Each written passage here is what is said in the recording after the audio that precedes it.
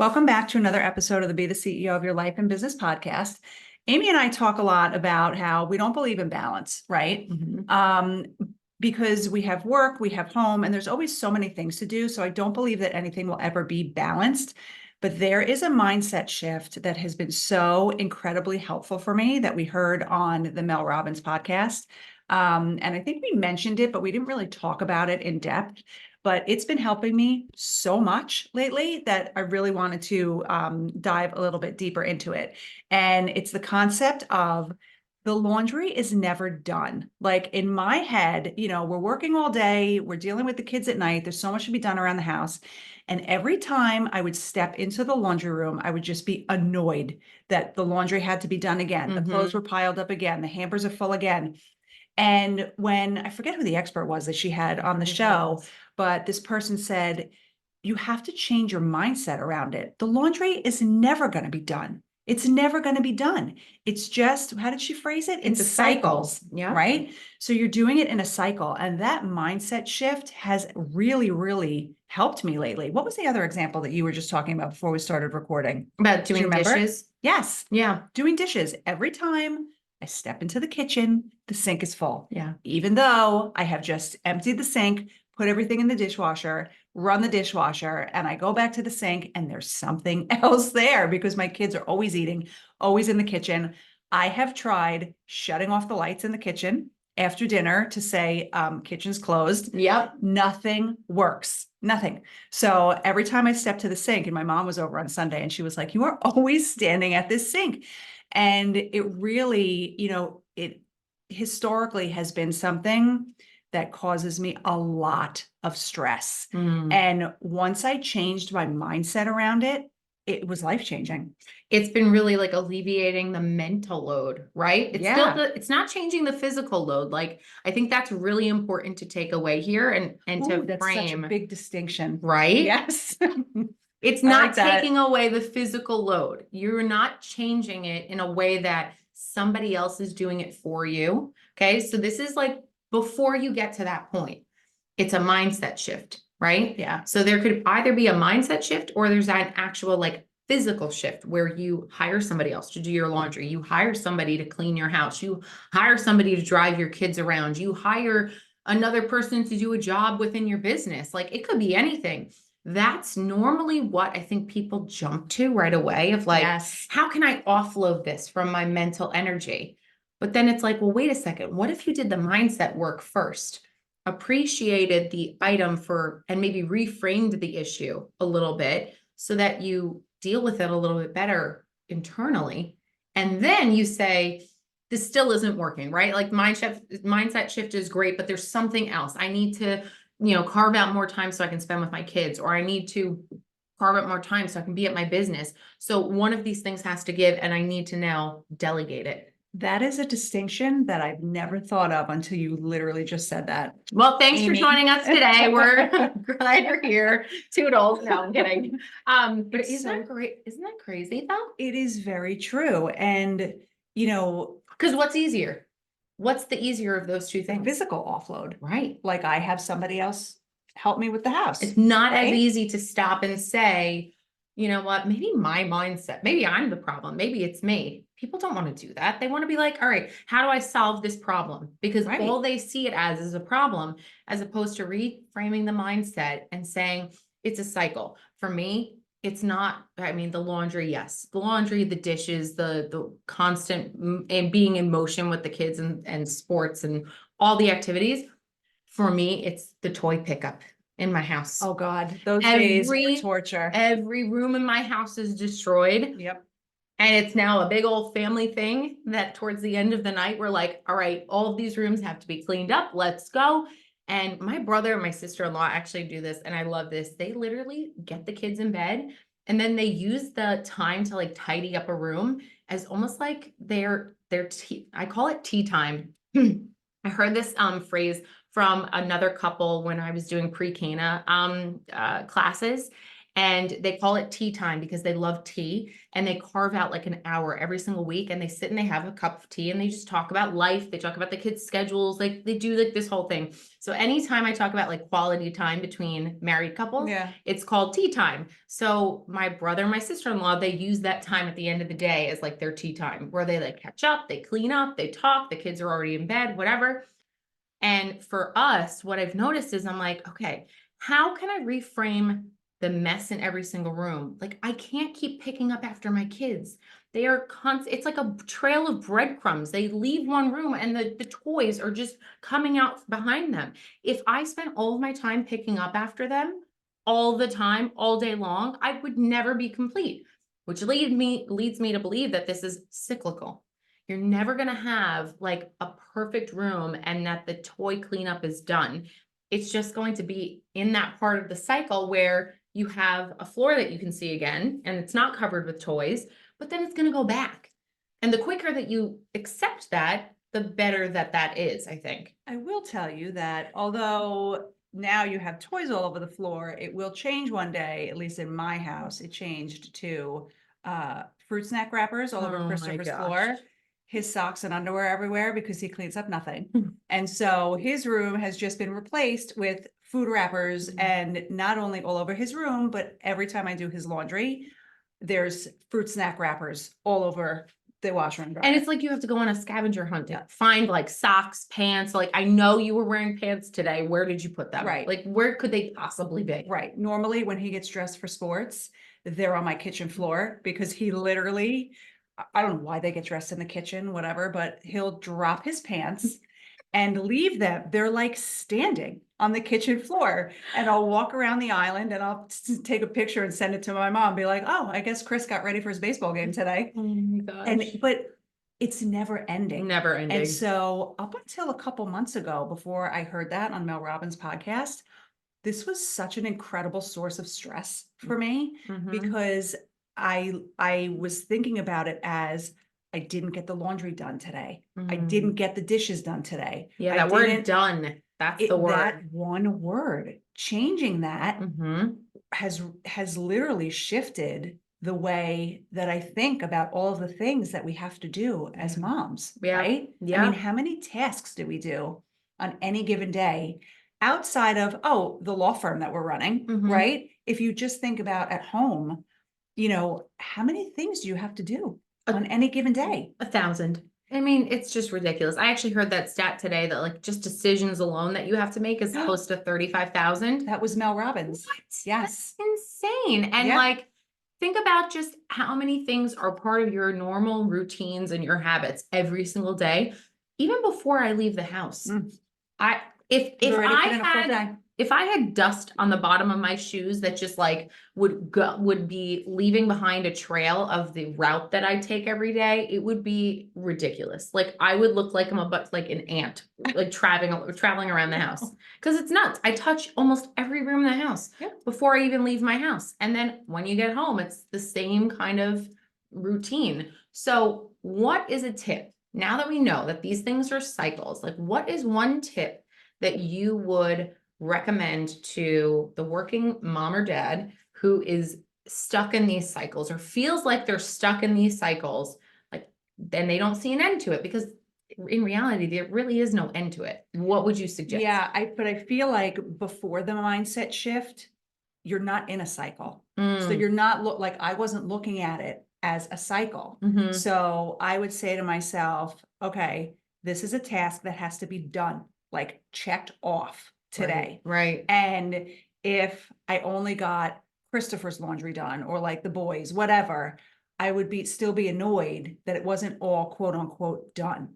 And so I wasn't looking at it as a cycle, Yeah. And so my first and number one tip would be to change your mindset about even just the task of laundry, because this was like my biggest thing. Yeah. Stop looking at it like I didn't get the laundry done. It's not done. It's never going to be done. Right. You have to look at it like, okay, next. Yes. I got it, quote unquote, done today, but there's going to be more tomorrow. Yeah. So it's a cycle, right? It's in the hamper, it's in the washer, it's in the dryer, it's in the drawers, and then it's back in the hamper. What I love Right? is that expert, when she's talking about it, she said, like, I never promised my family that they wouldn't have dirty clothes, but I Yes. did promise that they would have clean clothes that they could wear. Right. And that's so profound. That's such a mindset shift of like, oh, wait a second. Yeah, that's right. Like, we use clothes every single day, unless you're going to be like chasing people around and emptying their hamper right away and cleaning it. I mean, you always are going to dirty clothes. You're always going to dirty the dishes. You're always going to have crap all over your rooms. The other thing that I'm thinking of too is that, like, this on a higher level, everything is in cycles. Like, there's cycles for seasons, right? There's cycles of growth and thriving and then decaying and then dead, like the dead of winter, right?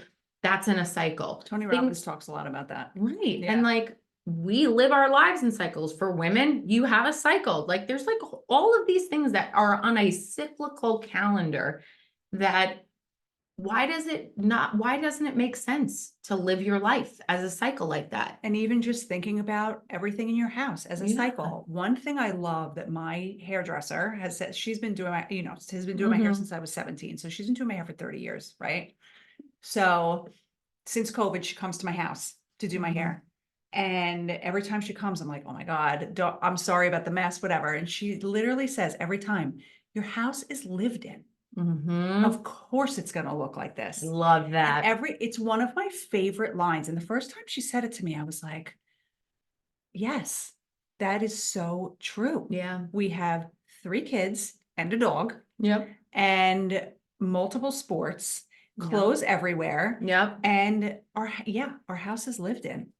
And so changing the mindset around that, even if you just like take it in small pieces, like the mindset around the things you have to do, especially us as moms at home, as never being done.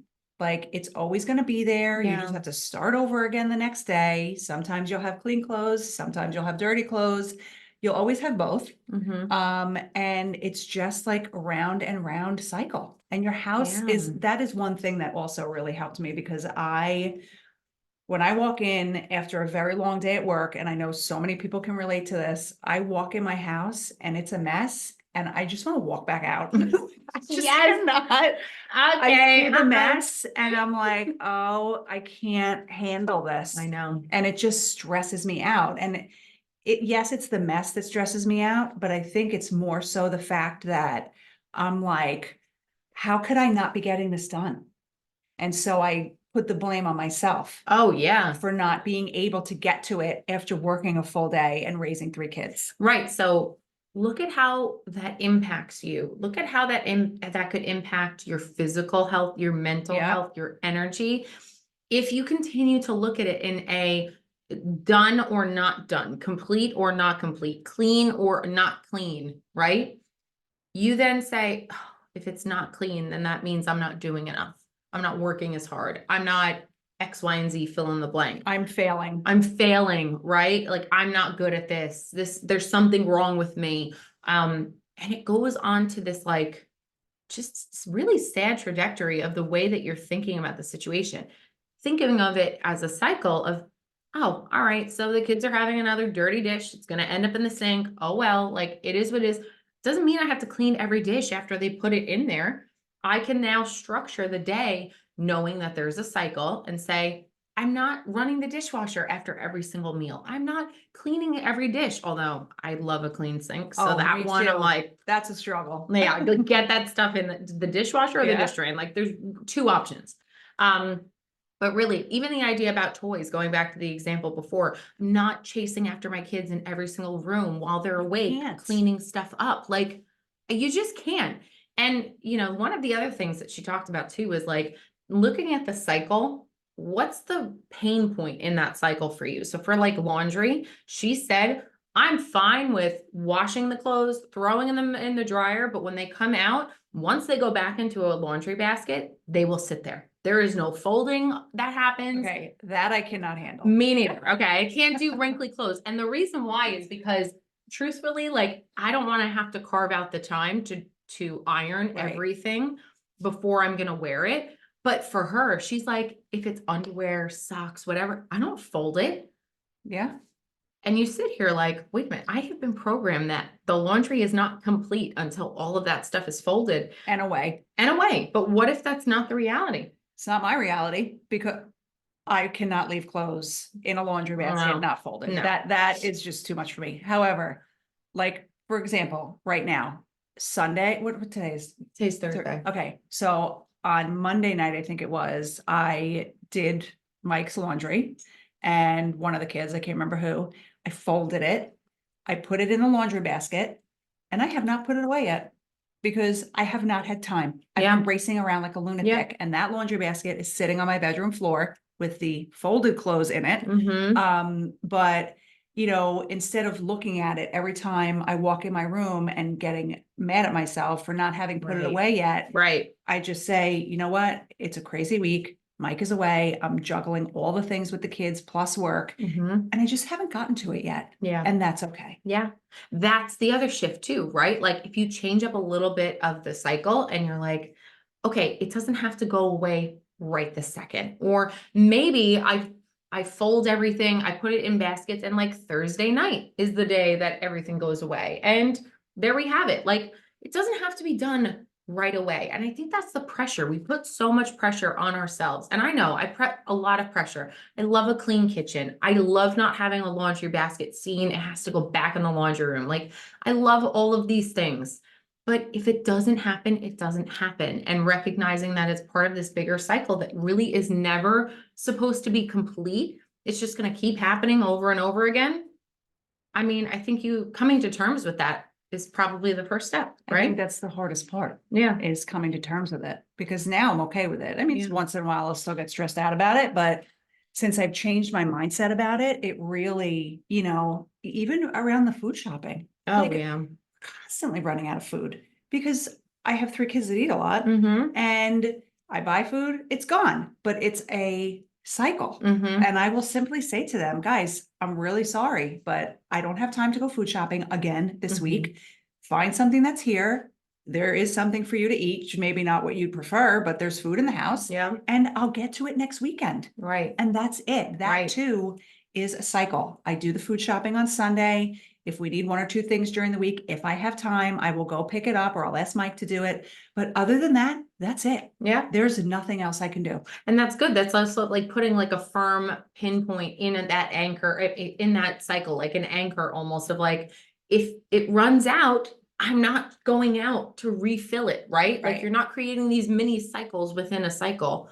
That would drive you crazy, right? It would drive me crazy. And I try to tell them and teach them, like, because I'll walk in with the food and they're already in, I have 1 foot in the house and they're in the bags. And they're in the opening bags, up sniffing everything, around. eating. I'm like, God, can I please just get in the house with the food? But they eat everything right away. And so I'm trying to teach them, okay, you're not hungry. You're just eating because you're bored, and stop eating everything as soon as I bring it home, because then you're not going to have anything for the rest of the week. Right. Right. That's so true. They need to learn, but that too, it's just a cycle. Yeah. Like I do the food shopping on the weekend. And when I get around to the next weekend, the cycle will start over again and I'll have to do it all over again, but it is never, ever done. Yes. And so my greatest tip for today is to really try to make, especially for as women, we don't give ourselves grace ever. No. It's just something that we're not, at least me, I'm not good at. Mhm. So this mindset shift for me has really helped me give myself a little bit of grace. Yes. Recognize that, you know, as a working mom, things are never going to be done. It's just a cycle over and over again, and we Yeah. just have to keep going. And but there's one other thing though, too, that I think you can do is recognizing that you can make it enjoyable. Right. I listen to a podcast when I'm doing the laundry. That's I'll what put I my was AirPods just gonna in, say. listen to a podcast, listen to an audiobook. Yeah. Even when I'm doing the dishes, like in the morning after I get Kaylee on the bus, I have about 20 minutes before Matthew doesn't need me anymore, but I have about 20 minutes before I have to wake Chris up. So I'll use that time to like empty the dishwasher, do other things, and I'll put my AirPods in and I'll continue listening to the podcast I was listening to earlier. Yeah. Or something like that. So and even that is bettering yourself. Yes. Right? Yes. So use the time to do something for yourself, Yeah. right? Listen to something, learn something, but adopting that mindset of the cycle that it's never done has literally been life-changing for me, and I hope that it's helpful for you too. So thank you for spending time with us, and we'll talk to you in the next episode.